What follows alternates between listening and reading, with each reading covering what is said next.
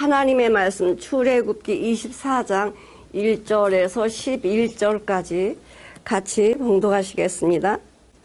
또 모세에게 이르시되 너는 아론과 나답과 아비후와 이스라엘 장로 70인과 함께 여호와께로 올라와 멀리서 경배하고 너 모세만 여호와께 가까이 나오고 그들은 가까이 나오지 말며 백성은 너와 함께 올라오지 말지니라. 모세가 와서 여호와의 모든 말씀과 그 모든 율례를 백성에 구하매 그들이 한 소리로 응답하여 가로되 여호와의 명하신 모든 말씀을 우리가 준행하리이다.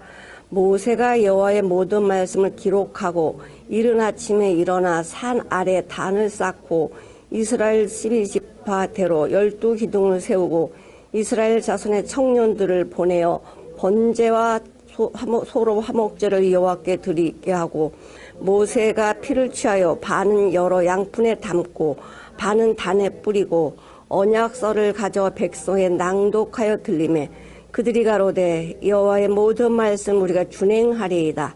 모세가 그 피를 취하여 백성에 뿌려 가로되 이는 여호와께서 이 모든 말씀에 대하여 너희와 세우신 언약의 피니라.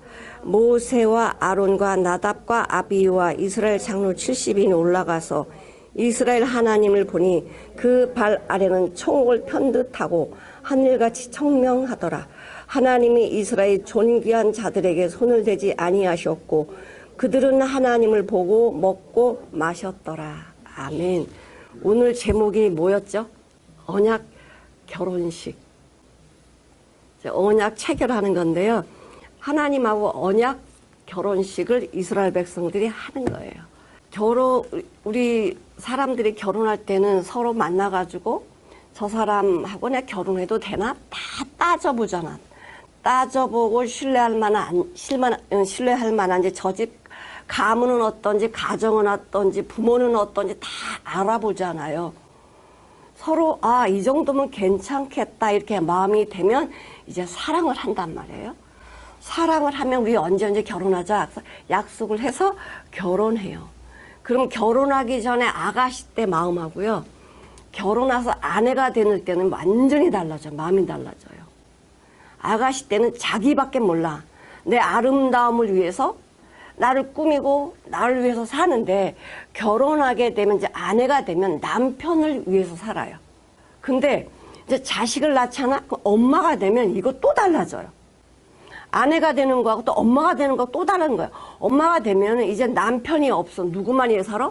자식만 위해 사는 거예요. 남편도 마찬가지겠지만 이제 이렇게 결혼하면은 이제 그 살 집을 마련하잖아요. 우리가 어디서 살아야 되나 집을 다 보고 또 아름답게 꾸며서 신혼 살림을 이제 시작을 하게 됩니다. 그게 우리 일생일 때 가장 중요한 게 뭐예요? 결혼이에요.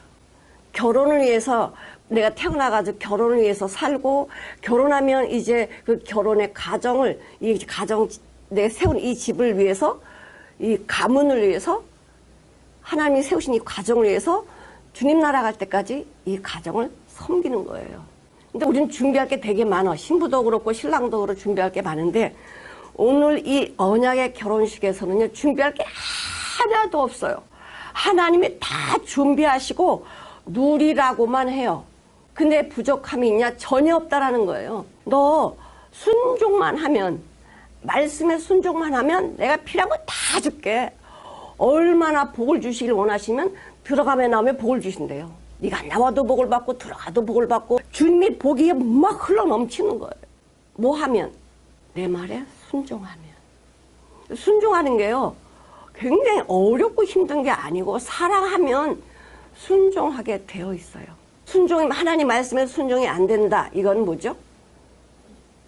내가 하나님을 사랑하지 않는다는 소리예요. 하나님을 사랑하면요 그냥 순종이 저절로 돼요. 물어볼 것도 없어요.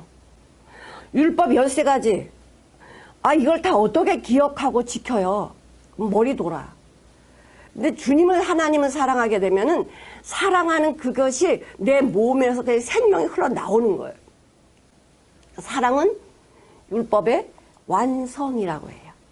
오늘 언약 결혼식인데 참 하나님은 우리를 얼마나 사랑하시는지 또 오늘 이렇게 은혜가 되는데요. 하나님은 아무나 올라오라고 하지 않습니다. 누구를 올라오라? 사랑하는 자를 올라오라 그래. 왜? 만나려고. 여기 보니까 24장 1절에 보니까 또 모세에게 이르시되, 계속 모세에게 하나님 말씀하시잖아요. 너는 아론과 나답과 아비후와 이스라엘 장로 70인과 함께 여호와께로 올라와. 이 70인은 12지파의 대표들이에요. 한 지파에 6명씩 72명인데 나답과 아비후를 빼서 70명이 되는 거예요. 그러니까 이 70명은 누구냐? 이스라엘의 대표들이야. 대표가 올라와서 하나님의 주실 축복을 대신 받고 백성들에게 알려주는 거예요. 그러니까 올라와라. 그러니까 이스라엘 백성 다 사랑하는데 다 올라갈 수는 없어요. 대표들만 올라오라는 거예요. 첫 번째로는 여호와께 올라오라. 두 번째로는 피 뿌리는 제사를 해라. 이게 언약이거든, 언약. 세 번째는 만찬, 하나님하고 같이 만찬을 하자 이거예요. 자, 전도서 9장 3절 한번 읽어보시겠습니다. 모든 사람의 결국이 일반인 그것은 해 아래서 모든 일 중에 악한 것이니 곧 인생의 마음에 악이 가득하여 평생의 미친 마음을 품다가 후에는 죽은 자에게로 돌아가는 것이라. 그러니까 우리가 이 땅에 열심히 사는 건, 내 이 육신을 열심히 사는 거 하나도 못 가져가는데 무슨 마음 품어? 미친 마음 품는다. 미친 마음 품어가지고 내 정체도 모르고 내가 뭐가 유익한지도 모르고 무조건 내 육신에서 살아야지 쌓아놓고 쌓아놨는데 이게 내 거냐 이거예요. 하나님을 발견하지 못하고 하나님 만나지 못하면 미친 마음 품다 가는 거예요. 하나님을 만나지 못하면 악한 마음을 품는 거예요. 악한 마음. 악한 마음이 무엇입니까? 믿음으로 하지 않는 게 악한 마음이거든. 예수로 하지 않는 게 악한 마음이에요. 내 생각, 내 방법, 내 뜻대로 하는 것이 악한 마음이야. 하나님 기쁘지 않아. 성경은 우리를 너무나 잘 세세하게 말씀해 주고 있어요. 왜? 하나님은 나를 창조하셨기 때문에 나를 너무나 잘 아시죠? 머리털까지 새 신바 되신다고 하신 그 말씀이 얼마나 나에서 세밀하게 아시겠어. 나는 나를 몰라요. 하나님께서는 이제 출애굽기 19장에 이스라엘 백성을 대표해서 모세를 만나잖아요. 이제 약속을 해 주시려고. 그래서 20장에 이제 십계명을 주십니다. 내가 너를 얼마나 사랑하는지 아니? 정말 나만 사랑해. 나 외에는 누구도 사랑하면 안 돼. 다른 신을 섬기지 마. 우상 만들지 마. 야, 네 안에 있어. 그리고 내 이름을 망령되 일컫지 마. 하나님 이름 망령되 일컬으면 바로 하나님을 창조하신 나를 어떻게 하는 거예요? 죽이는 거예요. 하나님을 사랑하면 바로 나를 사랑하는 것이고, 하나님을 망령되 일컫는 이 입술은 나에게 저주를 내린 거랑 똑같아요. 안식일을 지켜라. 내가 지켜야지. 하나님의 말씀은 나보러 이거 해라 저거 해라 아니에요. 하나님 안에서 하라는 거야. 하나님의 능력으로 하라는 것이지 나보러 하라고 그러는 게 아니에요. 안식을 지켜라 뭐냐? 나랑 너랑 함께 안식하자, 평화하자, 누리자, 쉬자 이거예요. 그 나머지 하나님을 사랑하게 되면요, 이 계명은 저절로 지켜지게 되어 있어요. 그 다음에 이제 20장 십계명 주시고 21장부터 23장까지는 세세하게 말씀해 주세요. 살인을 하는데 어떤 건 살인이고 어떤 건 실수고 어떤 건 용서가 된다라고 세세하게 또 말씀을 해주세요. 네가 길을 가는데 부지 중에 어떤 사람이 나무를 이렇게 때리다가 도끼가 날아가서 맞아서 죽었어. 그건 일부러 한 것이 아니기 때문에 사람을 이 도끼를 치다가 도끼 날아가서 사람을 죽이는 것은 빨리 어디 도피성으로 가라. 가족이 어느 정도 마음이 누그러진 다음에 와서 하나님의 사랑을 용서를 빌어라. 간음도 수준이 뭐냐? 간음 수준이 여자 혼자 길을 가는데 힘이 센 남자가 잡아가지고 간음을 한 거예요. 근데 이 여자는 처녀야. 근데 그 길을 가다가 아무도 자기를 구해줄 사람이 없어서 소리를 질렀어요. 살려주세요, 살려주세요. 근데 사람이 없어요. 살려줄 사람이 없어요. 그럼 이 여자는 잘못이 없기 때문에 이 여자는 죽지 않습니다. 남자만 돌로 쳐 죽여요. 그러니까 이 세세한 내용들을 22, 23장에 자세하게 기록을 해 주십니다. 또 유대인들은 이 세세한 말씀을 또 다 쪼개가지고 613가지를 만들어 놓죠. 아주 복잡하게 만들어놔요. 그러나 지키는 사람 말할 필요가 없습니다. 그냥 예수님 사랑하면 끝나. 그분의 생명이 들어오면 그 생명은 율법의 완성이신 생명이기 때문에 뭐 해야지, 뭐 하지 말아야지 이럴 필요가 없어요. 주님은 이 모든 과정을 이제 모세에게 말씀해 주셨습니다. 이제는 이제 언약을 해야 되니까 다 설명해 줬으니까 이제 복을 주셔야 되는데, 이제 모세랑 아론과 나답과 아비우, 이때는 아비우가 그때 안 죽었을 때예요. 올라와라. 70인 장로 대표들 올라와라. 그리고 하나님의 말씀을 듣습니다. 하나님을 만나고 사는 사람이 없잖아요. 그리고 하나님이 어디 계신 줄 알고 만나요? 하나님이 올라와라 하면 하나님이 강림하시는 거예요. 그래서 하나님이 올라와서 갔더니 그 하나님이 펴신 그 발, 하나님 발 아래 색깔이 어떤 색깔이야? 청옥색이래. 청옥색이 요막 완전히 청옥으로 아주 점도 흠도 어떤 그 청색에 어떤 흠도 점도 없는 아주 똑같은 청옥색으로 쫙 펼쳐진 거예요. 주님의 하나님의 음성이 되는 거예요. 자, 여기 9절 10절을 한번 보세요. 24장. 모세와 아론이 나답과 아비우와 이스라엘 장로 70인가 올라가서 이스라엘 하나님을 보니 그 발 아래는 청옥을 편 듯하고 하늘같이 청명하더라. 온 공간이 청옥으로 꽉 찬 거예요. 계시록 한번 보시겠습니다. 1장 12, 14, 16절까지 같이 한번 읽어보시겠습니다. 촛대 사이에 인자 같은 이가 발 아래 끌리는 옷을 입고 가슴에 금띠를 띠고 그 머리와 털의 희가 흰 양털 같고 눈 같으며 그의 눈은 불꽃 같고 그의 발은 풀무에 단련한 빛나주석 같고 그의 음성은 많은 물소리 같으며 그 오른손엔 7별이 있고 그 입에서 좌우에 날성검이 나오고 그 얼굴은 해가 힘있게 비치는 것 같더라. 우리 예수님의 모습을 이렇게 말씀을 하고 있습니다. 모습이 어떠냐? 끌리는 옷을 입었다라는 건요, 온 우주에 그분으로 충만하다는 소리야. 충만하고 그 옷을 입고 가슴에는 금띠를 띄었다는 건 사랑으로 충만하신 분이다. 그분은 인간의 몸을 입고 오셨을 때는 허리에 띠를 띠고 일을 하셨지만은 부활 승천하서 그 영광의 보좌에 앉으신 그분은 가슴에 금띠를 띠신 거예요. 변하지 않은 주님의 사랑이 온 인류에 부어지는 그 은혜를 우리가 잊고 있다는 거예요. 그 머리에 털 희기가 흰 양털 같고 눈 같고 흰 양털 같다는 거, 영원하신 분이야. 영원하신 분이라는 거예요. 영원하신 분. 그 눈은 불꽃 같다는 못 볼 게 없는 분이라는 거예요. 더러운 건 태우시고 하나님의 자녀를 눈동자같이 살피시는 그분의 눈은 빛난다 이거죠. 빛난다. 못 보실 것이 없는 분이라는 거예요. 그러면서 그 주님의 음성은 맑은 물소리 같다는 거예요. 얼마나 정확하고 분명하고 확실한지 맑은 물소리와 같다. 못 들었어요. 안 들렸어. 이렇게 말할 수 없다라는 거예요. 얼마나 분명하고 확실한 말씀을 우리에게 증거하시는가. 점도 흠도 없는 하나님의 이 진리의 말씀이 그대로 이루어지기 때문에 내가 변명할 수 없다라는 거예요.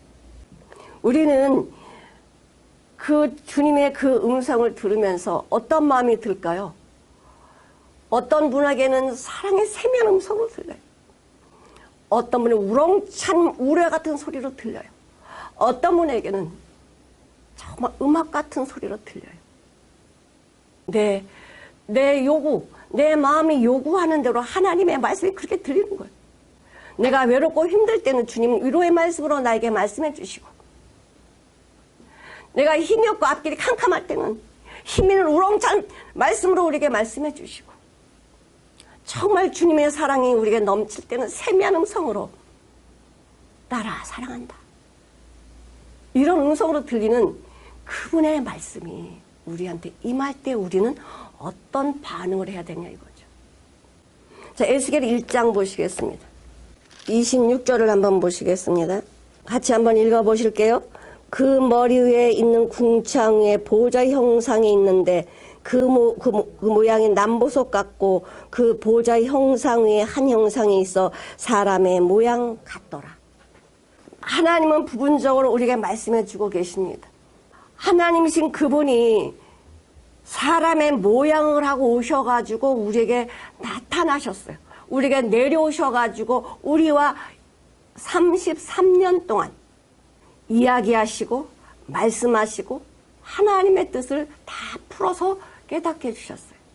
하나님의 목적이 무엇입니까? 하나님의 자녀들이 많아지는 게 하나님의 목적이에요. 하나님은 없는 것이 없는 분이시잖아요. 이것을 우리 자녀들에게 다 주고 싶은데 그냥 막 줄 수가 없어. 하나님이 주신 걸 어떻게 사용해야 되는지 모르기 때문에 말씀을 주시는 거예요. 말씀을 주셔서 너 이렇게 살아라. 나를 사랑해. 그러면 내가 너한테 이거 다 해줄 거야. 내가 너랑 약속할게.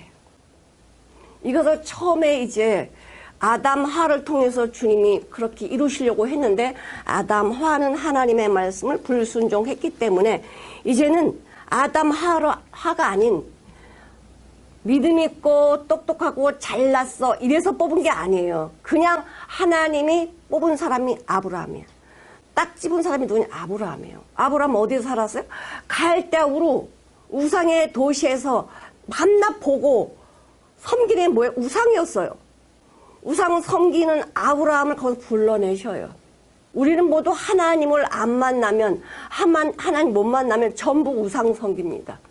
눈에 보이지 않지만 가장 큰 우상이 뭐예요?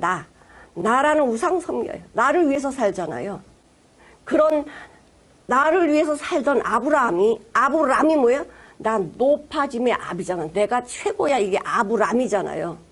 사례도 뭐예요? 내 여왕이야. 내가 여왕이야. 내가 왕이야. 아브라함, 난 왕이야. 사례, 나 여왕이야. 이 소리 아닙니까? 내가 최고다 이거예요. 그러니까 내가 최고라고 살고 있는 아브라함에게 주님 나타나셔서 이렇게 말씀하시죠. 창세기 12장 한번 보시겠습니다. 12장 1절에서 3절을 보시면 여호와께서 아브라함에게 이르시되 너는 너희 본토 친척 아비 집을 떠나 내가 내게 지시할 땅으로 가라. 내가 너로 큰 민족을 이루고 내게 복을 주어 내 이름을 창대케 하리니 너는 복의 근원이 될지라. 너를 축복하는 자에게 내가 복을 내리고 너를 저주하는 자에게는 내가 저주하리니 땅의 모든 족속이 너로 인하여 복을 얻을 것이다. 여기서 아브라함이 할 게 뭐가 있어요? 아무것도 없어요. 하나님이 다 준비했으니까 이거 다 줄게. 너 내 말 들어. 그리고 불러내시는 거예요. 바로 우리에게 말씀하시는 거예요. 너 준비할 거 하나도 없어. 내가 너를 예수한테서 불렀어. 이 죄악된 세상에서 죄로 죽을 수밖에 없는 너 예수를 통해서 내가 너를 불렀으니까 이 복 받아. 하나님께서 정말 이 대표들을 다 불러가지고 내가 너희에게 이렇게 약속을 할 거야. 자, 내가 다 해줄 거야. 이제 도장 찍자 이러거예요. 우리 인간들은요 말만 하면 다 잊어버리잖아. 말만 해서 안 되는 언약서를 기록을 하자. 근데 언약서 기록한 걸로 끝나지 않냐고 거기를 인을 치는 거예요. 참, 이 아브라함이 창세기 14장에서 자기 조카 롯이 소돔 고모라에서 살다가 구돌라오멜 연합한 네 왕에 의해서 다 쫓겨가고 다 뺏기잖아요. 근데 아브라함이 이 소식을 듣고 정신은 미친 생각 갖고 316명 자기 집에서 길리운 이 가신들 종들을 데리고 밤에 습벽을 해가지고 다 빼앗아 와요. 누가 함께 하셨다? 여호와께서 함께 하셨다. 그런데 제정신을 딱 차리고 나니까 이게 제정신 차렸다는 게 인간으로 차리면 불안하고 초조해지고 두려워져요. 그냥 하나님으로 살면 두려울 거 하나도 없는데 인간이 제 모습으로 인간의 모습으로 돌아오면 그때부터 두려워지는 거예요. 큰일 났네. 내가 미쳤어. 어떻게 이렇게 가서 구돌라오멜의 그 백성들을 다 부시고선 이 롯을 데리고 왔지? 겁이 덜컥 난 거예요. 인간으로 딱 돌아왔더니 겁이 덜컥 나가지고 무서워 떨고 있었어요. 창세기 15장 1, 2절을 한번 읽어보시겠습니다. 이후에 여호와의 말씀 이상 중에 아브라함에게 임하여 가라사대 아브라함아 두려워 말라. 나는 너희 방패요 너희 즉이 큰 상급이니라. 아브라함이 가로되 주 여호와여 무엇을 내게 주시려나이까? 나는 무자하오니 나의 상속자는 다메섹 엘리에셀이리다. 아니 큰 민족을 이루어 준 다음에 큰 민족을 주신 다음에 자식도 없는데 어떻게 민족을 이루어? 처음부터 하나님은요 약속은 다 아주 결론을 딱 내줬어. 넌 큰 민족 조상이 될 거야. 모든 민족이 너로 인해 복을 받을 거야. 아예 그냥 다 결론을 딱 내려줬는데 실행되는 건 하나도 없네. 그럼 여러분 같으면 의심해야 하네요. 의심하지. 그러니까 따지는 거죠. 하나님, 아니 그 약속하신 거 언제 이루어져요? 나는 무자거든. 자식이 없는데 언제 내 나이에 큰 민족을 이루겠습니까? 그렇게 인간적인 생각을 합니다. 그래서 하나님이 내가 너로 인해서 큰 민족을 만들어 줄 건데 어떻게 할 거냐? 요렇게 할 거야. 자, 5절을 보시겠습니다. 그를 이끌고 밖으로 나아가 가라사대 하늘을 우러러 뭇별을 셀 수 있나 보라. 또 그에게 이르시되 내 자손이 이와 같으리라. 하늘의 별을 보면서 네 자손이 이렇게 별과 같이 많아질 거다라고 말씀해 주세요. 이걸 어떻게 믿겠어요? 6절에 보니까 아브라함이 여호와를 믿으니 여호와께서 이를 그의 의로 여기시고 또 그에게 이르시되 나는 이 땅을 내게 주어. 어떤 땅? 이 땅을 내게 준대. 이게 아브라함 땅이에요? 아브라함 땅 아니야. 근데 하나님이 주겠대. 그러면 하나님의 땅이 아브라함 땅이 되는 거야. 이 땅을 내게 주어 네 재산이 되게 하고 이 모든 것을 너에게 다 줄 건데 얼만큼 줄 거냐? 그냥 여기만 아니야. 저 갈대아우르에서 애굽까지. 남에서 북까지 동에서 서까지 이 넓은 땅을 네 자손에게 줄 거야 라고 약속을 하세요. 거기다 살고 있거든요. 다른 민족들이 살고 있는데 그걸 주시겠대. 이게 믿어집니까? 근데 이게 완성이 언제 되냐? 솔로몬 왕 때 완성이 돼요. 진짜 그게 다 차지했어요. 근데 왜 다 뺏기냐? 하나님의 말씀을 불순종하고 우상 섬기니까 땅 뺏길 뿐만이 아니고 다 노예로 붙들려 가잖아. 하나님은 일구이연하시는 분이 아니에요. 근데 하나님의 말씀 지르시기 때문에 한번 말씀하시면 그대로 되어지기 때문에 그대로 믿어야 돼. 근데 이 육신의 생각이 뭐예요? 내 편리한 방법대로 바꾸거든. 이걸 수십 번을 바꿔 사람은요. 그래도 하나님은요. 그래, 넌 이게 믿음이 없으니까 몰라서 그러지. 또 넘어가시면 또 잡아오고 또 넘어가면 또 잡아오고 계속 하나님의 길로 이끌어 주십니다. 이스라엘 백성들이 그 애굽에서 죽었던 거랑 똑같죠. 종이 돼가지고 아무 자유 없이 매일 일어나면 뭐예요? 매일 흡하다가 벽돌 굽고 집 가다 벽돌 만들고 매일 성 쌓고 못 쌓고 매일 하는 일이 그거예요. 그 이스라엘 백성들이 무슨 소망이 있습니까? 죽을 때까지 벽돌 굽다가 죽는 거지. 그들의 꿈이 뭐가 있어요? 그냥 종살이하다 죽는 거지. 죽은 인생이랑 똑같아요. 꿈도 없고 소망도 없고 하나님 바라볼 수도 없는 이런 환경 속에서 매일 일어나서 하는 일이 땀 흘려가면서 잠도 못 자고 먹을 것도 못 먹고 이 지긋지긋한 노동, 이 지옥 같은 생활을 하고 있는 이스라엘 백성들 누가 구원해내겠어요? 어떤 사람이, 어떤 뛰어난 사람이 이스라엘 백성들을 구원해내겠냐 이거예요. 그들은 다 포기한 삶을 살고 있어서 우리 끝났어 인생. 근데 하나님이 모세를 통해서 이스라엘 백성을 구원할 것을 약속하시잖아요. 자, 13절에 보니까 여호와께서 아브라함에게 이르시되 너는 정령이 알라 네 자손이 이방에서 객이 되어 그들을 섬기겠고 그들은 400년 동안 내 자손을 괴롭게 하리니. 예, 여기서 미리 약속을 하세요. 원래는 430년인데 30년 이스마엘이 이삭을 구박한 때를 섞어서 430년이고 애굽에서는 400년이에요. 그래서 4대 만에 너희가 해방돼서 나오겠다라 그래요. 자, 4대 만에 나오는데 보세요. 레위, 고앗, 아무리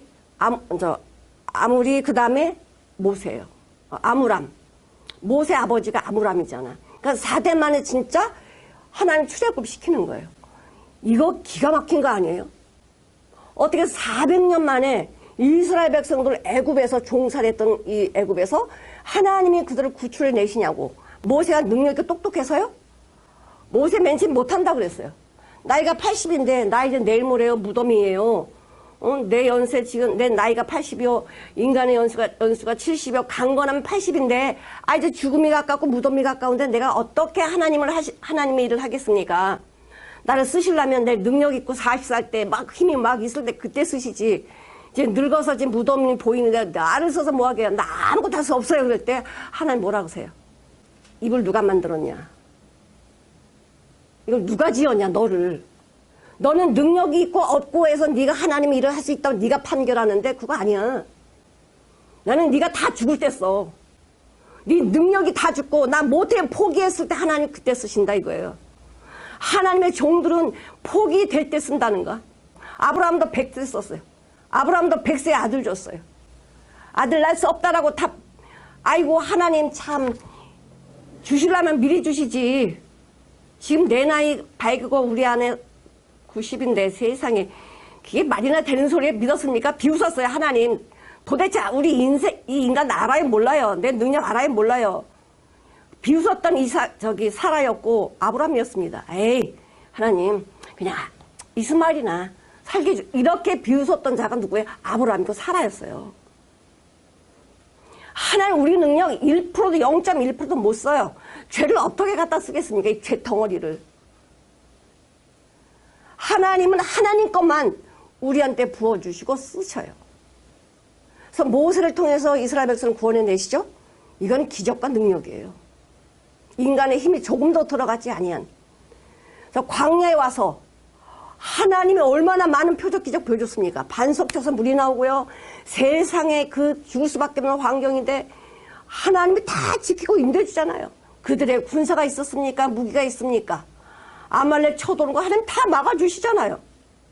이렇게 하나님 뭐라 네가 이 두렵고 무서운 광야를 지날 때 내가 너를 10번이나 안아서 여기까지 오지 않았냐. 그래서 니네들을 나를 얼마나 불순종했냐. 나한테 얼마나 대들었냐. 하나님 계시면 나봐 이렇게 너희들 말하지 않았냐. 언제까지 이렇게 할 거냐. 언제까지. 하나님은 이런 인간의 모습을 너무나 잘 아셔서요. 그때마다 말씀해 주십니다. 그래서 오늘 언약 체결하는 것은 이 모든 기적 표적 다 본 이스라엘 백성들이잖아요. 네 생각 전혀 쓸 수 없으니까 내 말 들어. 그러면 내가 복을 줄게. 그냥 아브라함에게 줬던 7가지 복. 그냥 네가 복하면 복이 나가. 어우 저 원수 그러면 내가 저주해 줄게. 그러니까 나로 인해서 내가 너의 복이 근원이 되게 해줄 건데 네가 어떤 마음을 갖는지 따라서 내가 그대로 해줄게. 저 원수 같은 자가 있어? 네가 원수 갚지 마. 내가 대신 갚아줄게. 널 힘들게 하는 자가 있어? 너 그 사람 때문에 고통받지 마. 내가 대신 해줄게. 이게 어디 써있는지 아세요? 이사야 43장 보세요.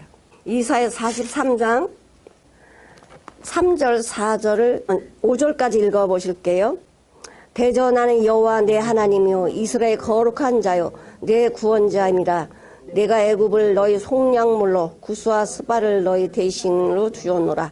내가 너를 보배롭고 존귀하게 여기고 너를 사랑하였은즉 내가 사람들을 주어 너로 바꾸려 백성들로 내 생을 대신하리니 두려워 말라. 내가 너와 함께하여 내 자손을 동방에서부터 오게 하며 사방에서부터 너를 모을 것이며. 네, 지금 이 이스라엘 백성들이 뭐가 착하고 예뻐서 하나님께 복을 주십니까? 그냥 은혜예요. 선택. 딱 선택하신 거예요. 그래가지고 뭐라고 하시냐면은 나는 너의 하나님 여호와다. 이스라엘의 거룩한 자요 내 구원자이다. 너의 구원자다. 네가 애굽을 너희 속량물로 애굽이 너를 얼마나 힘들게 했냐?